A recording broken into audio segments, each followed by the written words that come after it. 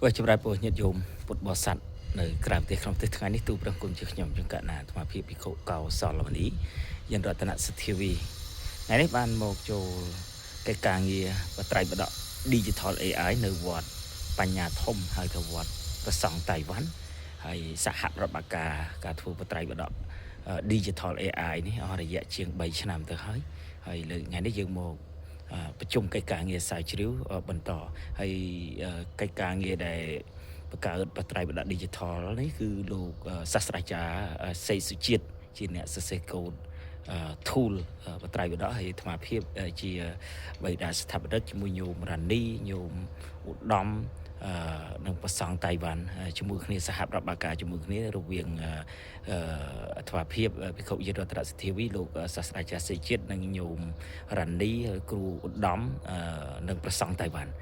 ព្រោះបដៅនេះគឺយើងចាប់ផ្ដើមការឆន្ទៈគោលនងការស្លាញ់ពុទ្ធសាសនាចង់ធ្វើបត្រៃបដ Digital AI មួយនៅខាងមុខការចែកចាយជាធម្មទាននៅលើប្រព័ន្ធ Digital AI ឥឡូវសូមញាតិយោមតាមដានទេសភាពវត្តតៃវ៉ាន់ហើយវត្តបញ្ញាធំដូចតទៅនេះជាគឺទស្សនវិជ្ជាកំពុងដើរចេញពីទីហើយទៅទីវត្តអារាមនៅក្នុងវត្តអារាមគឺល្អមែនតើយើងចាប់អារម្មណ៍គូជ្រះថ្លាមែនតើយើងចៃរំលែកទៅហើយវាជាទឹកចិត្តជ្រះថ្លារបស់យើងផងដែរនេះគឺទស្សនវិជ្ជាយើងឃើញហើយទស្សនវិជ្ជាយើងកំពុងថតចែករំលែកវត្តដ៏ល្អបំណិត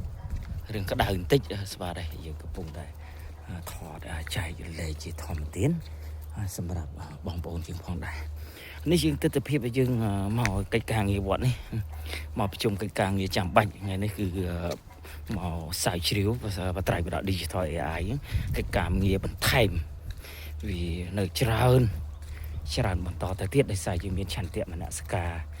ស្លាញ់ពុទ្ធសាសនាហ្នឹងក៏មានឆន្ទៈមនសិការហ្នឹងប្រសងតៃវ៉ាន់ហ្នឹងគេមានការវាយវាយអក្សរ Word ហ្នឹងពីបត្រៃបដខ្មែរយើងអាចារ្យឡើងវិញប៉ុន្តែយើងការត្រួតពិនិត្យច្បាប់ចាស់ឲ្យត្រូវច្បាប់ចាស់ទៅទាំងដុលហើយយើងត្រូវធ្វើប្រព័ន្ធសម័យទំនើប Digital AI សម្រាប់មនុស្សសញ្ជាតិអ្នកកាន់ពុទ្ធសាសនាឬមនុស្សសញ្ជាតិនៅលើពិភពលោកអាចការប្រើប្រាស់បត្រៃបដ Digital AI នេះបាននៅខាងមុខហ្នឹងដោយឆន្ទៈមនសិការទូប្រឹងគុំជាខ្ញុំកណ្ណាអាត្មាភាពយើងរតនសិទ្ធិវីលោកសាស្ត្រាចារ្យបណ្ឌិតសេសុជាតិជាអ្នកសរសេរកូដនិងលោកញោមរ៉ានីញោមគ្រូឧត្តមនិងប្រសង់តៃវ៉ាន់សហប្រតិបត្តិការជាមួយគ្នានឹងរវាងប្រសង់ខ្មែរនិងប្រសង់តៃវ៉ាន់តែម្ដងហើយនិស្សិតខ្មែរមួយចំនួនការលះបង់ឆន្ទៈមនសិការនៅក្នុងគោលបំណងនឹងឯងយើងឃើញទស្សនវិជ្ជាការចែករំលែកយើងទៅយើងឃើញទស្សនវិជ្ជាល្អប្រណិតយើងចែករំលែកទស្សនវិជ្ជាការចែករំលែកការធ្វើកិច្ចការងារជាចម្បងហើយយើងបានមកប្រជុំនៅទីអារាមវត្ត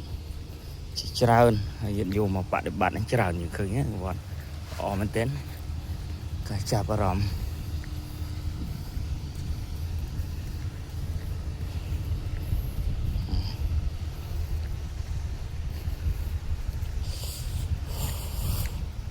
ទីគេធំប្លែកមកខាន់មកប្រហែលខែដែរវាជាប់សហប្រតិបត្តិការជាច្រើនយើងឃើញទស្សនវិជ្ជាទូលំទូលាយយើងបានចែករំលែក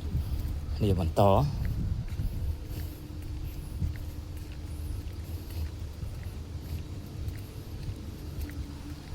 គុណច្រើននេះទី